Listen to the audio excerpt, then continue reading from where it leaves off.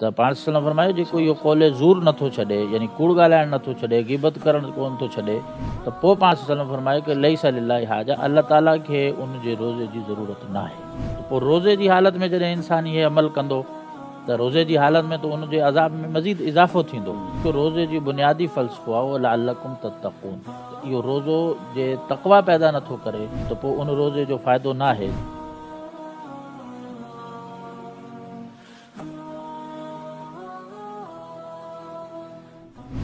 कल्ह ई थरपारकर खां हबीबुल्ला नोड़ियो सवाल कनि था शेख ख़ालिद साहब खां त रोज़े जी हालत में हिकु माण्हू सॼो ॾींहुं आराम करे थो, सुम्हे थो या गेम खेॾे थो, या को माण्हू ईअं चवे थो त आउं मोबाइल ते मसरूफ़ या सोशल मीडिया ते पर दीनी बहस मुबाहिसो करियां थो, त उन हवाले सां छा हुकुम आहे उन माण्हू जो जेको रोज़े जी हालत में इन मसरूफ़ियात में मसरूफ़ आहे?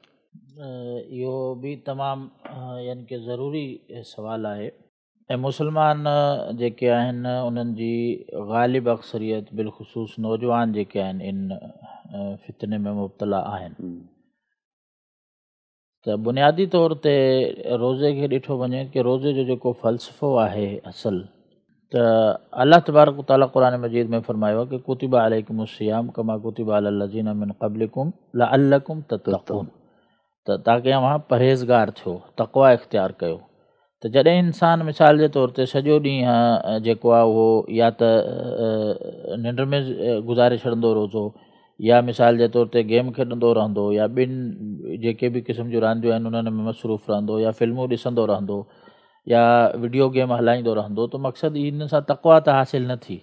त इहे त तमामु जूं तमामु जेके बि शयूं आहिनि इहे लग़व ऐं बेहूदा शयूं आहिनि जंहिंखे हिकिड़े ईमान वारे माण्हू खे इन खां बचणु खपे। इहे आम हालात में बि इन जी शरीयत में रुख़्सत न आहे। त रोज़े जी हालत में जॾहिं इंसानु कंदो त पोइ उनजो त जुर्म जेको आहे इन खां तमामु वधी वेंदो।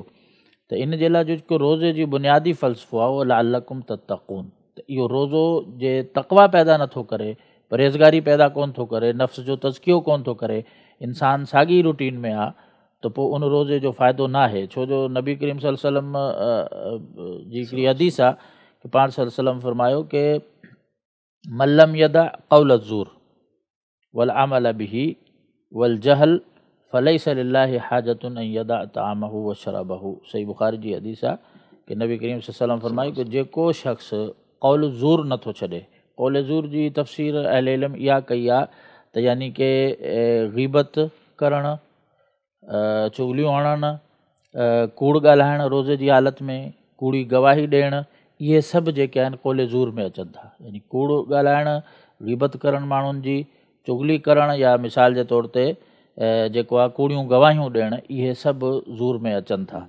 त पाण सल्लल्लाहु फरमायो जेको इहो क़ौल ज़ूर नथो छॾे, यानी कूड़ ॻाल्हाइणु नथो छॾे, ग़ीबत करणु कोन थो छॾे, माण्हुनि खे पाण में विड़ाइणु नथो छॾे, त वल अमल बिही, ऐं पाण बि माण्हुनि खे बि उहो ॿुधाए थो, पोइ पाण बि उन ते अमल करे थो। वल जहल, ऐं जहल जी उलमा इहा तफ़सीर कई आहे त उन में हर क़िस्म जी बुराई अची वञे थी। त हर क़िस्म जी बुराई नथो छॾे ऐं क़ौल ज़ूर बि नथो छॾे, त पोइ पाण सल्लल्लाहु फरमायो कि लैसा लिल्लाहि हाजा, अल्लाह ताला खे उन जे रोज़े जी ज़रूरत न आहे, छो जो अल्लाह ताला मुस्तग़नी आहे। त इन जे लाइ लाज़मी आहे कि रोज़े जी हालत में इंसानु क़ुरान मजीद जी तिलावत करे, अल्लाह ताला जो ज़िक्र करे, नबी पाक सल्लल्लाहु अलैहि वसल्लम ते दुरूद शरीफ़ पढ़े ऐं पंहिंजी ज़िंदगी खे इबादत जे अंदरि गुज़ारे। छो जो रमज़ान जो महीनो तरबियत ऐं ट्रेनिंग जो महीनो आहे। इहो तरबियत जे ट्रेनिंग जे महीने में जे इंसानु इन ग़फ़लत जो मुज़ाहिरो कयो त पोइ त रमज़ान खां पोइ रमज़ान गुज़रंदे उन जी तबियत ते इहो असरु जेको आहे ख़तमु थी वेंदो। ऐं क़ुरान मजीद में बि हिकिड़ी आयत आहे त रब्बुल आलमीन इरशाद फरमायो कि मिनन नासि मन यश्तरी लहवल हदीसी लियुदिल्ला अन सबीलिल्लाह, के माण्हुनि मां कहिड़ा माण्हू इहे अहिड़ा बि आहिनि जेके अहिड़ा कलाम जेके आहिनि ख़रीद कंदा आहिनि जेके अल्लाह ताला खां गाफ़िल करणु, लहवल हदीस यानी कि जेके अल्लाह ताला खां गाफ़िल करण वारा आहिनि। उन शख़्स जे बारे में रब्बुल आलम फरमायो कि उलाइका लहुम अज़ाब मुहीन, इन्हनि जे लाइ ख़्वार करण वारो, ज़िलत वारो जेको आहे अज़ाब आहे।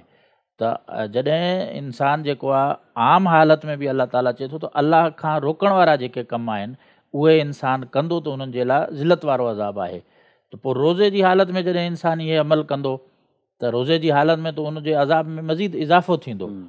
त मोमिनीन जी इहा सिफ़ात आहे त इज़ा मर्रू बिल लग़वी मर्रू किरामा, जॾहिं हू बुराई बेहयाई बेहूदगी जी शयुनि खां गुज़रंदा आहिनि त शरीफ़ाना अंदाज़ में गुज़रंदा आहिनि।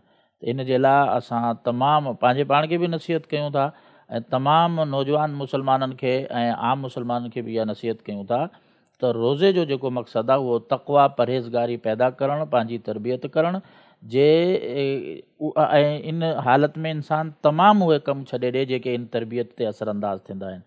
सॼो ॾींहुं निंड में गुज़ारणु इहो बि सही नाहे। जे इंसानु राति न सुतो आहे, को कमुकार आहे, मसरूफ़ियत आहे, त सुबुह जो जेको आहे उहो हिकिड़ो मख़सूसु वक़्तु करे उहो आरामु करे, बाक़ी वक़्तु जेको आहे निमाज़नि में ज़िक्र अज़कार में क़ुर जी तिलावत में गुज़ारे। ऐं बाक़ी वीडियो गेम थी विया, बाक़ियूं रांदियूं थी वियूं, इहे त उमूमी तौर ते शरीयत में आम हालात में बि सही न आहिनि, लहवुल हदीस में ईंदियूं आहिनि। त इहो रोज़े में त जेको आहे इन्हनि जो मामिलो ज़्यादा ख़तरनाक हूंदो आहे। अलाह ताला सम्झ जी तौफ़ीक़ ॾे ॿार। पर हिकिड़ो शइ सोशल मीडिया सां ई उनजो तालुक़ु रोज़े जी हालति में, हाणे हू चवे थो त आउं सोशल मीडिया ते दीन जो कमु पियो करियां, को नेकी जो कमु थो करियां, तबलीग वग़ैरह करियां थो, त उन हवाले सां दीन जे कम जब हिकिड़ो ॿ क़िस्म जूं शयूं हूंदियूं आहिनि। हिकिड़ो आहे त मिसाल जे तौर ते इंसानु कंहिंखे नसीहत करे थियो, वाज़ करे पियो, इहो त जाइज़ आहे, इहो त नेकी जो अमल आहे न, इन में त इंसानु करे। ॿियो हिकिड़ो आहे फज़ूल बहस मुबाहिसो, यानी कि मिसाल जे तौर ते जाहिलनि सां गॾु उन्हनि खे उलझाइण बहसनि में, अमूमी तौर ते जेके जाहिल माण्हुनि सां मुनाज़रनि में लॻी रहणु, ठीकु आहे, इहे शइ जेका आहे न इहा न आहे। छो जो इन जो नतीजो जेको आहे आख़िर में जहिड़े ते जेको आहे गार गंद ते आख़िर में इहो नतीजो निकिरंदो आहे, इन्हनि बहसनि खां बचे माण्हू, ठीकु आहे। बाक़ी अहिड़ो को आहे माण्हुनि खे को नसीहत करणु, को वाज़ करणु, को हदीस शेयर करणु, को दर्स वग़ैरह ॾियणु, इहो जाइज़ आहे, हिन में को हर्ज न आहे, इहो त ख़ैर जो कमु आहे। जज़ाकल्लाह वासिम जज़ा बारकल्लाह फ़ीक। सब्सक्राइब करियो ऐं बेल आइकन ते क्लिक करियो त जीअं असांजी हर नई वीडियो जो नोटिफिकेशन मिले।